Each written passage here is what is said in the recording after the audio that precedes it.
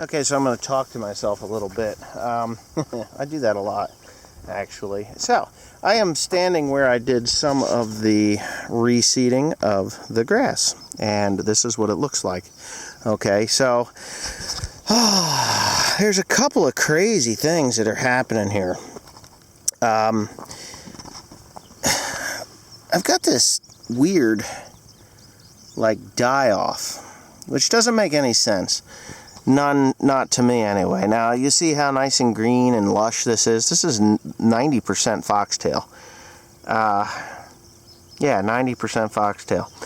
What's burning off of here, or what's dying back, this is actually the annual rye, which isn't too unusual because I planted it as late as I did, and it is more susceptible to insects. So that's what that is. Now, if you look in the same row here, you have this grass, which is the Kentucky 31, which bugs do not really bother too much. So, and I can tell the difference by looking at them, the types of grass that it is. And but it doesn't really much matter, because this crop here that you're seeing, this foxtail, I know, some people are like, oh my God, that's a weed, what are you going to do with it? And, well, yes, you can blend this into the mushroom barns. They're okay with it. It's not, it's not desirable as a, full-on 100% crop or bale of hay. They don't want to see that. But you're allowed a percentage of foxtail in the bales. And look at that, I actually have ragweed. Holy hell, where this came from. But this is the Kentucky 31. It is competing very well with the foxtail, which is the grass that I really truly would like to see. And of course, this die-off here, which I don't know whether it's from a mold, because we have had excessive amounts of rain. I mean, this is almost, really, it's pretty damn wet. This farm, or this field, has been pretty much petered out over the years, and that's why I came in and I only did this one strip in the middle here, because this was bad. But I had, a couple of years back, came in and drilled in fescue into here, and that's what you're seeing. This is tall fescue, or Kentucky 31. And the stuff that's headed out, this is orchard grass. But the Kentucky 31, or the tall fescue, is really taking up the slack for what was here before. The only reason I did this section is because, well, let's face it, it was dead. I mean, it was done. Last year was kind of crazy, and you can actually see, I think it's a discoloration that you could see in this video. You can see where the drill actually went, the tip of my finger, and that's Kentucky 31. And then you'll see down there, it was strong enough, even though we worked it up, chisel plowed it and worked it down. It was strong enough the root system was strong enough to actually take a hold again and grow. And that was the whole point. That's what I really wanted to do, was to not kill it with Roundup like most people would do, and start fresh. I really don't want to start fresh. I want to have as much here as I can possibly get out of it while putting in the new seeding. Now, I'm really pleased with what I'm seeing here. I can see lines. I don't know if the camera's picking them up as well as they should, but you can see, like right here, it's looking really quite nice. So even though the foxtail's coming up, it's not going to choke out the Kentucky 31. And when I do actually make the first cutting off of this in the next couple of weeks, if we get the weather correct, the foxtail will be cut off, and that will pretty much stop it from growing vigorously, and it will. I think we're going to have some company here in a second. Let me get back to what I was saying. What it'll do is it'll stop it from growing vigorously. It will actually stool out and shoot another head if I cut it. Like in 2 or 3 weeks. If I don't cut it in 2 or 3 weeks, this stuff is going to get up to my waist or even my chest high, and it'll lay over flat, and then it could potentially kill the new seeding of grass that I've got out there. The other thing that I seem to be seeing here is milkweed, or that is milkweed, and I don't like that. I don't want milkweed in here, but for the most part, I'm quite pleased with what I'm seeing. This year has been Irish weather, Irish summer if you want to say. We've had extraordinarily cool temperatures and excessive amounts of rain. Like right now in the 10-day forecast, the next 7 days out of the 10 are going to be rain. Chance of rain, not flooding rain like they're having just a little bit to our south, but rainy enough to cause an ass ache, and I'm just not in the mood for ass aches. So 78530 has had its $1,000 oil change, put the new filters on, went through the calibration process. It has calibrated itself, or it never calibrates itself, but it is calibrated like it's supposed to. Yeah, so I guess the next thing in the list of things to do is to move on to something else, like mowers, because that's going to be the next thing I need. Anyways, thanks for watching. Hope you enjoyed this, and I'm going to get into a little bit better field, one that is one that's pretty much super duper impressive as far as the yield is going to be, and I'm going to actually give you my takes on an actual crop report of the way I see the hay crop going. And this thing is actually shifting about 99% better. I pulled the screens out. There's 2 screens in an IVT transmission, which I didn't really realize I had 2 screens, and there was some stuff. I don't know if I showed it in the video or not, if I even posted that video. I pulled some stuff out of a screen which looked like an old shim that had come apart. So anyway, I'm out on the road. Okay, so I said I was going to come do a crop report on the hay crop, and as you can see behind me, I do have some hay that's gone flat. It's not completely flat, but right now I'm going to walk into this here. This is a wet spot, probably the wettest spot in this field. It actually is the wettest spot in this field, and this is where it is. Okay, so here's the orchard grass. I'm standing straight up here, and here's the orchard grass. I'm 6 feet tall, by the way. I'm not over 6 feet tall, and I'm just at 6 feet tall. I may have shrunk a little bit, but this is the sternum of my chest. This is the orchard grass, and it is doing quite well. Now, I'm going to take a couple steps to the side here, if I can, and I'm going to get the fescue. Okay, can you see that? It's to my nose. All right, this is the fescue. This is the Kentucky 31 fescue, tall fescue. It is still growing, by the way. It is doing exceptionally well.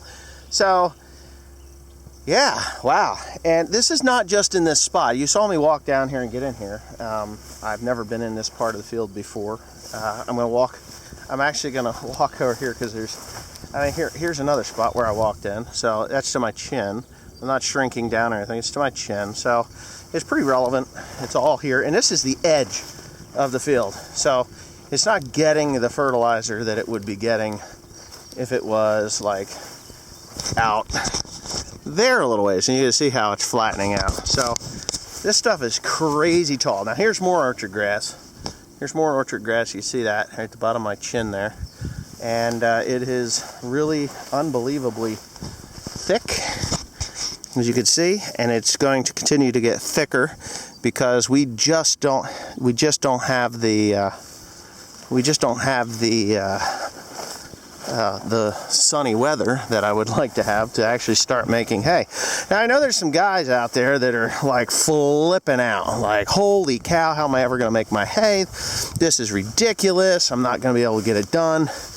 But I mean, holy smokes! Now I can tell you right here, I hit this tree with a boom, and here the orchard grass is again at my chin. So. I mean, that's it. This stuff is tall. It's shoulder high.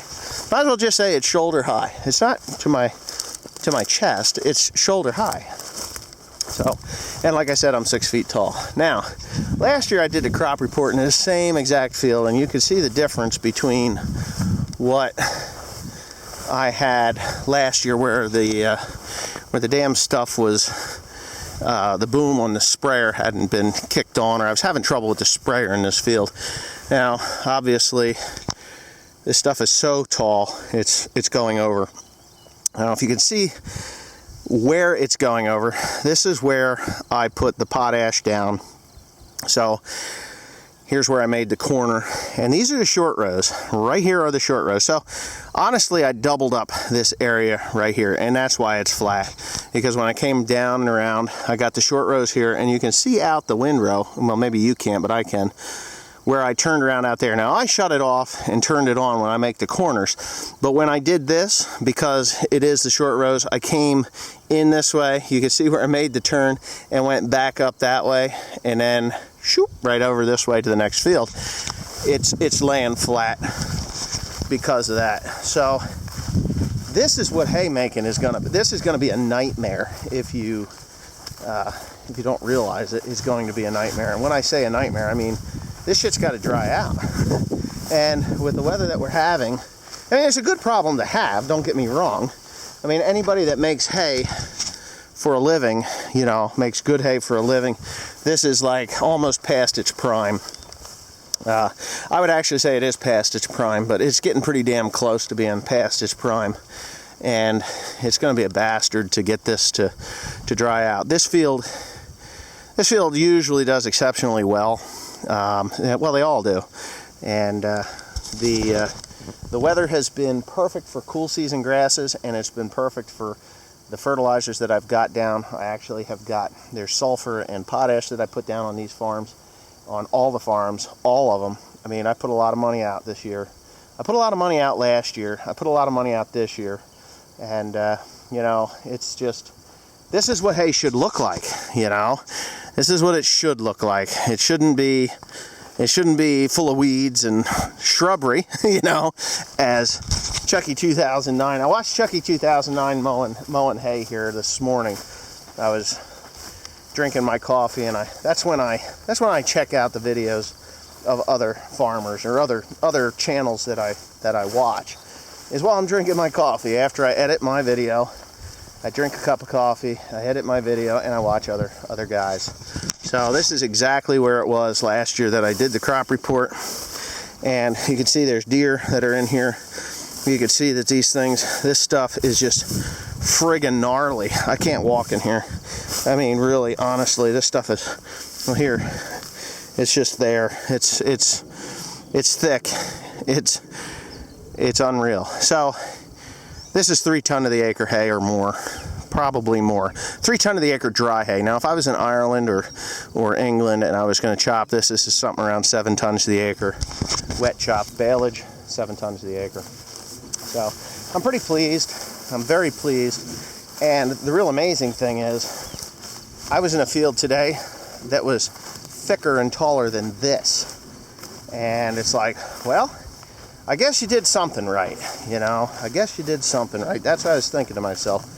So, and it's always a good thing when you do something right. You know, you can do something wrong easily, but it takes a little effort to do it right. And I like to do things right from time to time. You can see where I came around a corner with the spreader, and that's the center of the spreader. Because the Peckway spreader, it is a lime spreader. There is a little bit more that drops in the very back of it, directly behind it, and it doesn't spread it out as, it spreads very evenly, but you are going to have that. The Peckway lime spreader is a really good lime spreader, good all around spreader, I call it, because you can spread fertilizer with it, you can spread lime with it, you can spread poultry litter with it, you can spread whatever you want to spread with it, and it does them all well. It does lime like exceptionally well, and fertilizer it just does well.